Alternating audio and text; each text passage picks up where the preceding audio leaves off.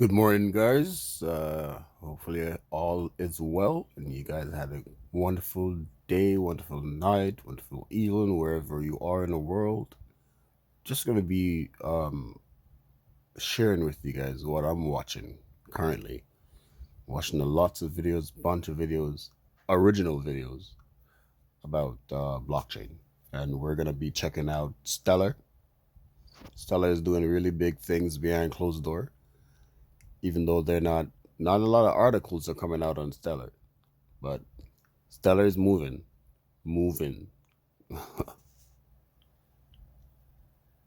So I'm going to talk about DeFi meets real world assets, right? Which is the stellar outlook for 2023. So as everybody in this room knows, blockchains for robustness need to replicate the ledger on a bunch of machines all around the world. And generally this means that you need a consensus protocol to make sure that all the copies agree on what the state of the ledger is.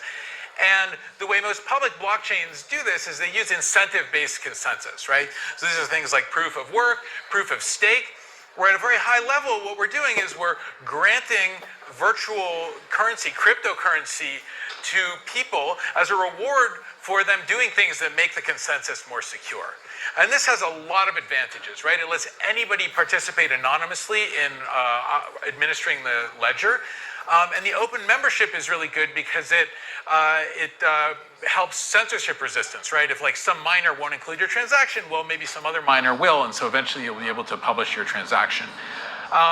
And finally, incentives are an ideal mechanism for coin distribution. If you're creating a new cryptocurrency and you want to get the coins out there in a way that there's a limited supply, but people believe they have value, then mining is great. But what I'm going to argue in this talk is that many tokens are actually better served by something that we call proof of agreement than either proof of work or proof of stake. And specifically, these incentive-based consensus mechanisms are not ideal for issuer-backed tokens. So this is any token where the actual value of the token comes from some promise that someone has made off-chain rather than something intrinsic to the blockchain. For example, cash-backed stable coins or tokenized securities, carbon credits, right? Loyalty points, right? Anything where the blockchain, it's not the blockchain itself, but the fact that someone has promised to do something in the real world in exchange for those tokens. And the problem is that if your token transactions are too valuable, then the incentives may be insufficient for security, right? Let's say that your miners are pulling in $20 million a day, and now you're thinking of issuing like $1 trillion CBDC or something on the blockchain, right? Those incentives aren't right. Like that's not good enough to, protect something of such high value. Whoops. Conversely, of course, if your fees are too high, the incentives are too high, then you'll end up paying too much for your transactions. Another problem is that really you are kind of gratuitously extending the attack surface in a lot of cases, right? Think about Circle has sold over $40 billion worth of USDC, right? And there's nothing in the blockchain that prevents them from just kind of walking away with that money and saying, thank you very much, because the blockchain can't force them to wire money in exchange for redeemed USDC. Instead, what we have is we have courts, right? If they tried to steal the money, you could sue them. They might go to jail, right? And in general, as a society, we've kind of invested a lot in protecting ownership rights and enforcing contracts and regulating our banks to keep them solvent. And so it's kind of we're depending on that stuff anyway to keep these tokens valuable. So it's kind of unfortunate that we also need to depend on these incentives for the consensus mechanism.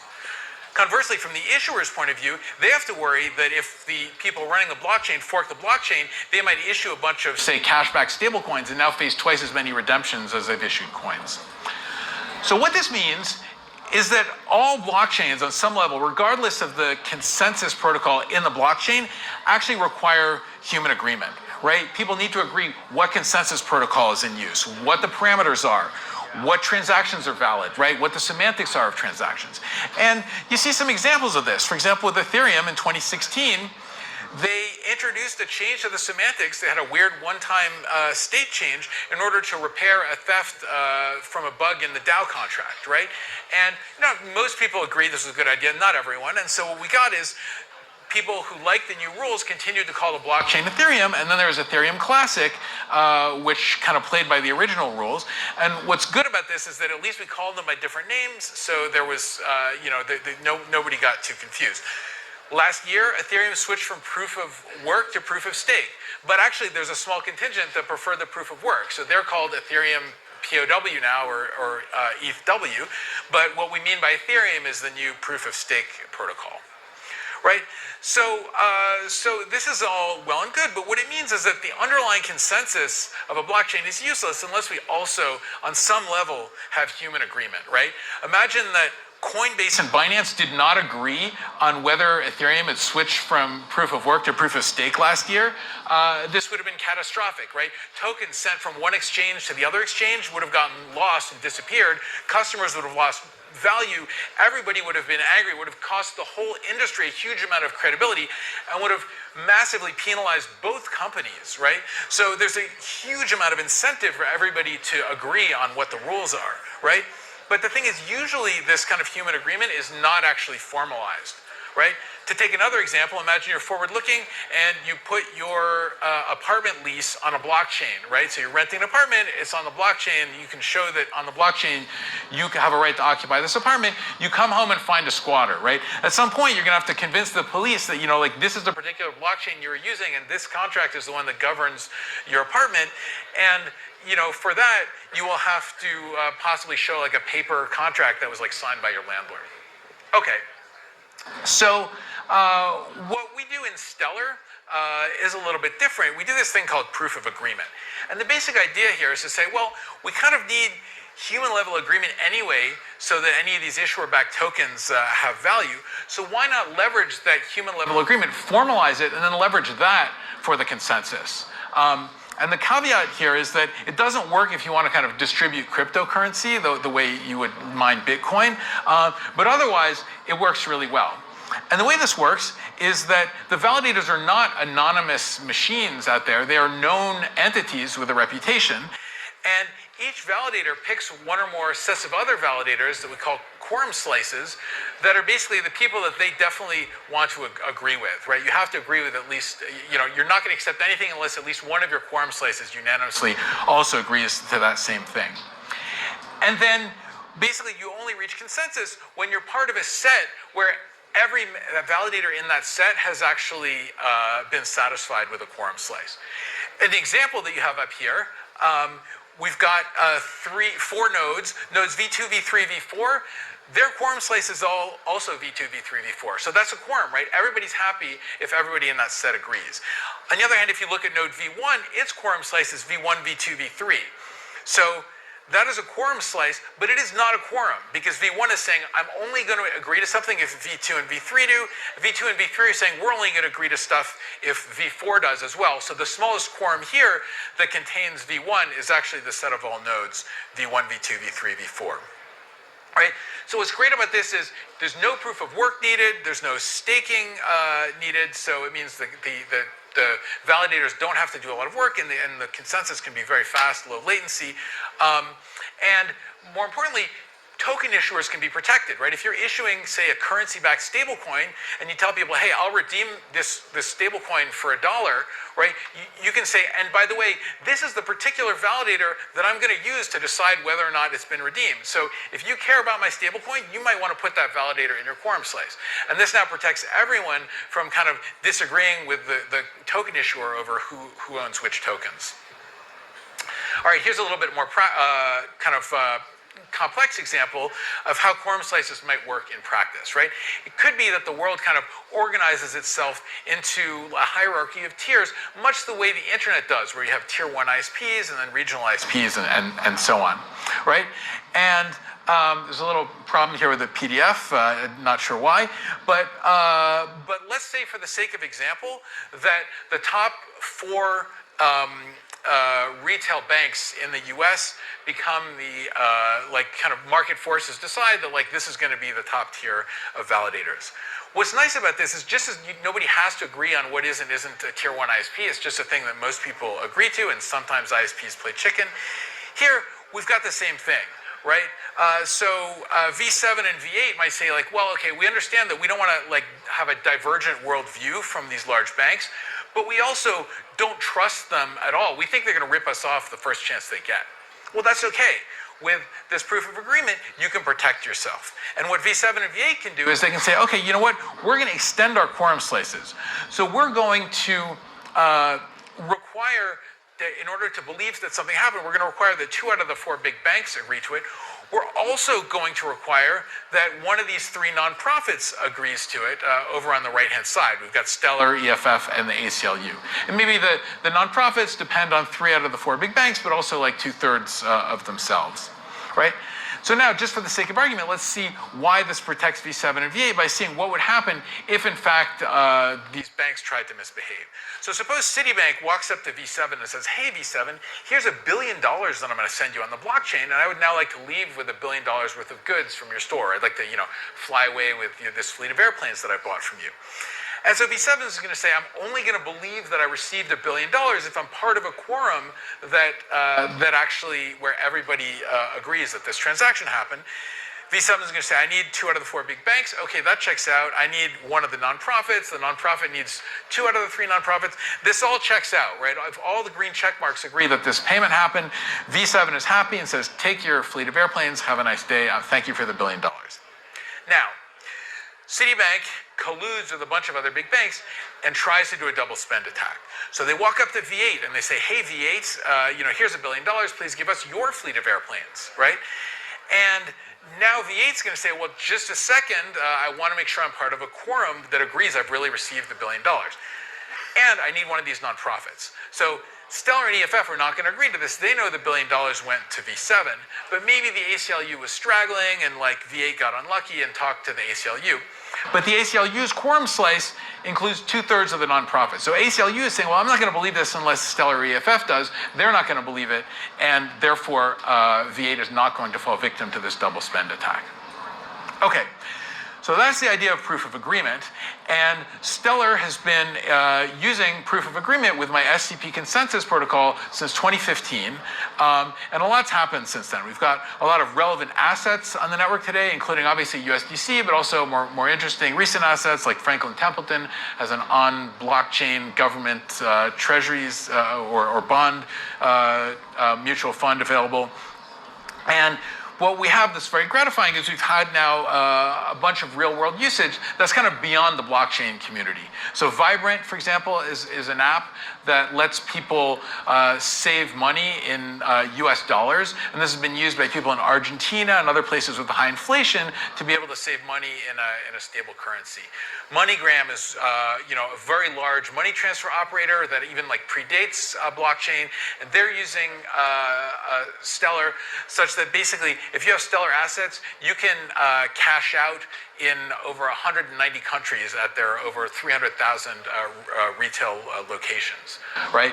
And I think you can cash in like a couple dozen countries now, and that number is expanding. We recently released Stellar Aid Assist, which has been used, among others, by the UN High Commissioner on Refugees to send aid to internally displaced people in Ukraine. So in general, Stellar has some of the least expensive and fastest transactions of any major blockchain, right? And the reason for that is that there's no need for mining. Running a Stellar validator is like running a full node in another blockchain, right? You don't need to be compensated to run a full node. You just do it because it's convenient to have a copy of the blockchain around. Almost all operations cost less than 1/100th of a penny to send. And so by configuration, the latency, like the ledger closes every 5 seconds, right? That's a configuration. We could reduce the number if need be, but we don't want the ledger growing too fast right now given the level of activity.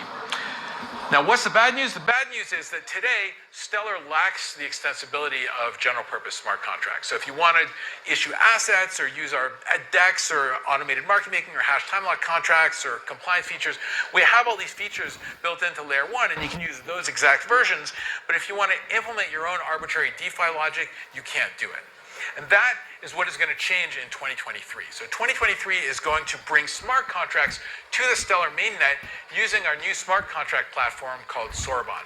And this means that you'll now be able to develop WebAssembly smart contracts with the same inexpensive, low latency, issuer protecting proof of agreement consensus that we've been using for Stellar transactions all along.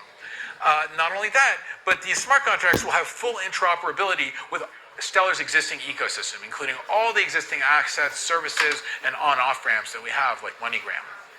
So blocks basically now are going to contain two types of transactions. There will be classic transactions and smart transactions. And the classic transactions will have the same simplicity and low cost as today's network, that we're not changing that transaction format. The new smart transactions will invoke WebAssembly smart contracts. And what's cool is that these smart contracts will be able to access all the classic assets using the exact same interface as available for smart contract defined assets, right? So if you want to issue an asset and you want people to use that asset in smart contracts, you might decide to issue it as a classic asset anyway, because then when people are just moving it around, they can use the classic transactions. Okay, so I think any kind of smart contract added to Stellar would be exciting, but there are a couple things that are specific about Sorbonne that we think are going to make it very good for the blockchain. One is that we've designed it for parallel execution from the ground up. So transactions declare, what state they touch. It's very easy in advance to see which transactions will conflict and which can be executed concurrently. Sorbonne eliminates the need for most serialization and deserialization, which is often kind of an expensive part of using smart contracts. Usually contracts can just manipulate handles for more expressive types that are kind of in the native runtime. There's a fine-grained calibrated gas model, so that if your transaction, if say computation is a bottleneck, you won't have to pay extra for storage. We'll just, the rate will go up for computation. And finally, there'll be we're working on state archiving, so as to ensure the long-term sustainability of the blockchain. It won't, the ledger state won't grow without bounds. But also, if there's a particular ledger entry that's your balance, like a high balance, and some token someone's issued, and that accidentally gets archived because you forgot to pay your rent, you'll be able to recover that. It might be a little more than 5 seconds, but it will not be a catastrophe. So we also think Sorbonne is going to be good for developers, because we've designed it for general developers, whether or not they have Web3 experience. And in particular, we've used Rust, which is a general purpose, widely supported programming language with obviously a vibrant community and a lot of support. If you don't like Rust, of course, you could use anything that compiles to WebAssembly. So that's a lot of languages, but we're building an SDK for Rust. We've also pursued kind of a batteries included approach, where there's a lot of built-in contracts and host functions that make it simpler to build a smart contract, but also make the resulting code smaller, because you're just calling into the native functions, and they also improves performance. And finally, and I think probably most interesting to people who don't have a lot of Web3 experience, is that we have a local sandbox that lets you compile all your smart contracts down to whatever you're running on your local machine, like x86 or ARM native code. And this means that you can develop and test your smart contracts just as you would any other code, right? You can have unit tests and whatever, and you can just run it all on the local machine. And you can even debug it using a normal debugger like GDB. So if you're wondering why your smart contract's doing something while you're developing, you can just step through it with the debugger and see everything that's happening. Of course, the real reason we're doing this is to improve financial access. So ultimately, we think Sorbonne is going to be really helpful for financial access. Already, Stellar reaches a lot of people who are underserved by existing financial products.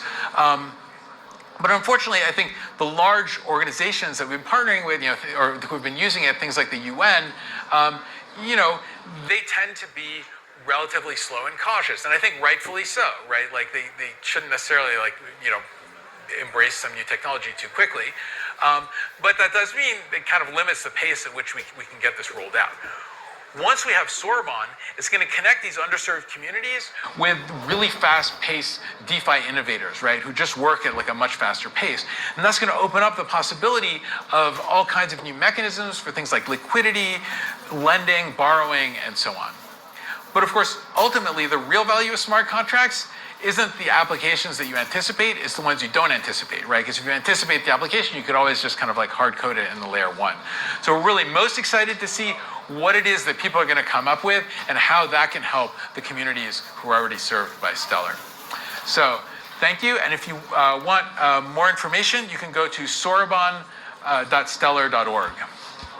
Thank you guys for watching. Have a great day.